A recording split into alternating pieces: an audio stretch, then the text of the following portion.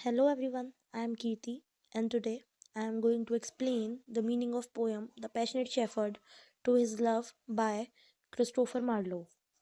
Poem पढ़ने से पहले हम ऑथर के बारे में थोड़ी इन्फॉर्मेशन ले लेते हैं। जो क्रिस्टोफर मार्लो हैं उनका जो लाइफ स्पेन है या उनका जो लाइफ पीरियड है वो 1564 से 1593 है। वो एक फेमस प्ले राइटर थे, पोइट थे, साथ ही ट्रांसलेटर भी थे और ये बहुत ज़्यादा इंस्पायर्ड थे विलियम शेक्सपियर से। साथ ही इनके कुछ फेमस प्लेस भी हैं जिनमें टैम्बरलिन, एडवर्ड सेकंड एंड द ज्यू ऑफ माल्टा ये सबसे ज़्यादा फेमस हैं। किसी भी क्वेश्चन में अगर हमसे समरी पूछी गई है या फिर लॉन्ग क्वेश्चन दिया गया है तो हम उसमें जो ऑथर के बारे में है हमें उसमें ज़रूर लिखना चाहिए। उससे जो हमारा इम्प्रेशन है जो भी हमारी शीट वगैरह चेक कर रहा होता है उस पर अच्छा जाता है। तो इसीलिए ये जो मैंने आपको इन्फॉर्मेशन दिया आप उसे ज़रूर लिख कर आएँ। फिर उसके बाद आपका जो भी आंसर है आप वो शुरू करें। तो ऑथर के बाद अब हम पोएम की बात करते हैं। तो ये जो हमारी पोएम है the passionate shepherd to his love Christopher Marlowe के थ्रू, इसमें एक शेफर्ड और उसकी बिलव्ड के बारे में बताया गया है। जो शेफर्ड है वो अपनी पूरी कोशिश करता है अपनी बिलव्ड को कन्फेस करने के लिए अपने लव के बारे में, और साथ ही वो उसे मनाता है, परसुएट करता है, उसे राज़ी करता है। और वो उसे राज़ी किस चीज़ के लिए करता है कि जो उसकी प्रेमिका है, बिलव्ड है, वो उसके साथ आए वहीं और रहे, टाइम स्पेंड करे, वहीं रह जाए उसके साथ। तो अब अपनी पोएम शुरू करते हैं। तो पहले स्टेंजा में जो शेफर्ड है वो अपनी बिलव्ड से कह रहा है, come live with me and be my love. वो बिलव्ड से कह रहा है अपनी से कि आओ मेरे साथ रहो और यहीं रह जाओ, मुझसे शादी करके मेरी प्रेमिका बन जाओ। And we will all the pleasures prove. अब वो यहाँ पर कह रहा है कि हम उन सभी व्यूज़ का आनंद उठाएंगे, उन सभी दृश्यों का लाभ उठाएंगे जो कि हमें कहाँ से प्राप्त होंगी, दैट वैलीज, उन घाटियों से, प्रूव्स यानी कि पेड़, झाड़ियाँ, हिल्स, पर्वत, फील्ड्स, मैदान, वुड्स, जंगल, और स्टीपी माउंटेन ईल्स यानी कि ऐसे पहाड़ जो थोड़ा खड़े हुए होते हैं। तो वह कह रहा है कि हम जितने भी हमारे जो नेचर से जुड़े हुए व्यूज़ हैं जो मन को मोह लेते हैं, हम उन सभी व्यूज़ का साथ में आनंद लेंगे अगर तुम मेरे साथ यहाँ आकर रहने लग जाती हो तो। फिर वो उससे बोलता है अपनी बिलव्ड से कि अगर तुम यहाँ पर आकर मेरे साथ रहोगी ना तो हम क्या करेंगे आगे फ्यूचर में, we will sit upon rocks. हम जो चट्टाने हैं उनके ऊपर बैठेंगे साथ में और क्या करेंगे, seeing the shepherds feed their flocks, और उन चरवाहों को देखेंगे जो कि अपनी भेड़ों का जो झुंड है उन्हें चरा रहा है।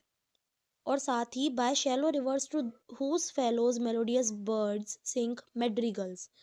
और हम क्या करेंगे, हम चरवाहों को तो देखेंगे ही, साथ में झरनों पर जो चिड़िया बैठी हुई है ना जो कि मेड्रिकल्स गा रही हैं। मेड्रिकल्स एक इटालियन सॉन्ग है।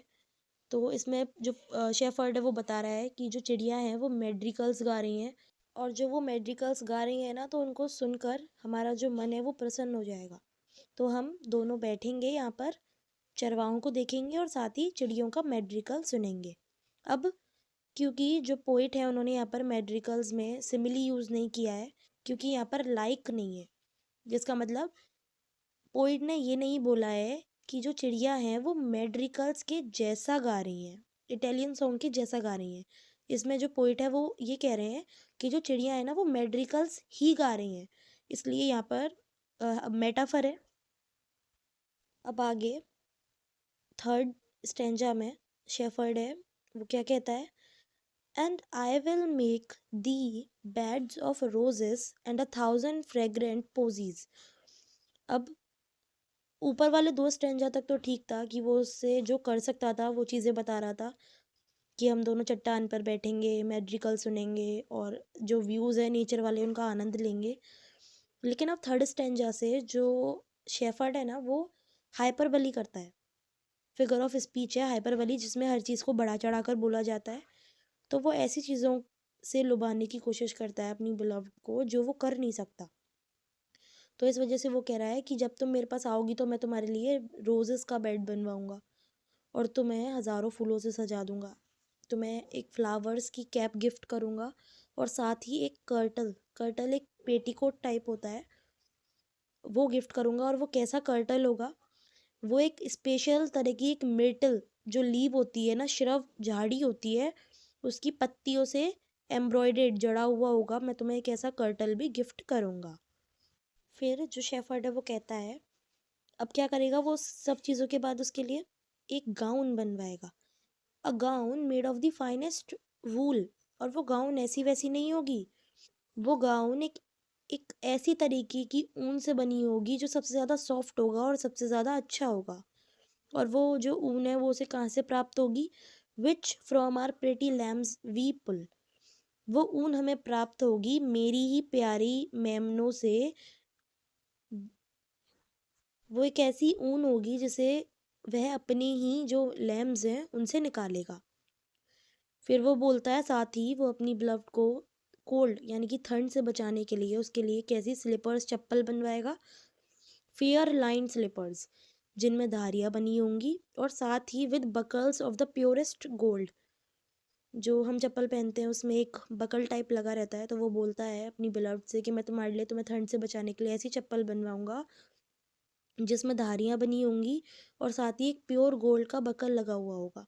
अब आप देखिए वो कितना ज़्यादा फेक रहा है, हाइपरबली कर रहा है। सबको पता है कि वो एक शेफर्ड है, चरवाहा है, तो उसके पास गोल्ड कहाँ से आया?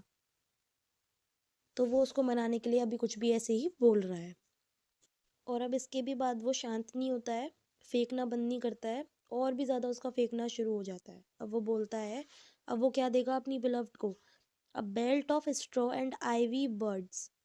एक ऐसी बेल्ट देगा जो कि झाड़ियों पत्तियों से सजी हुई होगी, घास वगैरह से, और साथ ही आईवी बर्ड्स होता है पौधा जिसकी जो कलियां हैं वो खिली हुई होती हैं, तो ये सब उसमें होगा। और सिर्फ इतना ही नहीं होगा बेल्ट में कि घास हुई और पौधा हुआ जिसकी कलियां खिली हुई होंगी, साथ ही जो बेल्ट है वो सजी हुई होगी कोरल क्लैस्प्स, मतलब मूंगा। जो एक रत्न होता है मूंगा, उसमें बेल्ट में ये भी लगा हुआ होगा, और साथ ही एम्बर स्टड्स, एक सेमी प्रीशियस स्टोन, उससे भी बेल्ट जो है वो सजी हुई होगी। अब वो कितना फेंक रहा है, क्योंकि वो एक शेफर्ड है, उसके पास ये सब चीज़ें कहाँ से आई, लेकिन अभी वो कुछ भी बस बोल रहा है। अब वो बोलता है, if these pleasures may thee move come live with me and be my love. कि अगर ये जो सारी सुख सुविधाएं हैं ये तुम्हें थोड़ा भी मेरी तरफ आकर्षित करती हैं, तुम्हारे मन को विचलित करती हैं, तो तुम आओ मेरे साथ रहो और मेरी बिलव्ड बन जाओ। अब जो शेफर्ड है वो लास्ट स्टेंजा में क्या कह रहा है कि एक बार को मान लेते हैं कि तुम मेरे साथ यहाँ पर रहने आ गई, तो मैं जो कर सकता हूँ वो तो मैं तुम्हारे लिए कर ही रहा हूँ। और क्या क्या करूँगा मैं तुम्हारे साथ, यानी क्या क्या होगा तुम्हारे लिए, क्या क्या करूँगा मैं? The shepherds swains shall dance and sing for your delight each May morning। जो शेफर्ड स्वेन्स का मतलब है यहाँ पर, उसका मतलब है जो यंग गर्ल्स एंड बॉयज़ हैं जो कि चरवाहा हैं, वो हर सुबह गर्मी हो सर्दी हो तुम्हारी खुशी के लिए डांस करेंगे, गाना गाएंगे। फिर वही बात वो रिपीट करता है, दीज डिलाइट्स दाई माइंड में मूव।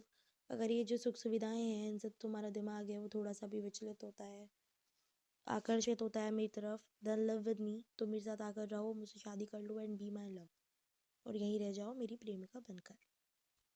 अब जो हमारी पोएम है वो कंप्लीट हो गई है। मैंने पूरी कोशिश की है हर लाइन को अच्छे से समझाने की, एक समरी जैसे भी आपको समझा दी मैंने। अगर फिर भी आपको कुछ समझ में नहीं आया हो तो आप मुझे कमेंट कर सकते हैं। क्योंकि ये मेरा नया चैनल है तो ये मेरी पहली पोएम है। आगे मैं आपको इंग्लिश लिटरेचर के रिगार्डिंग और भी पोएम्स को एक्सप्लेन करने की पूरी कोशिश करूँगी।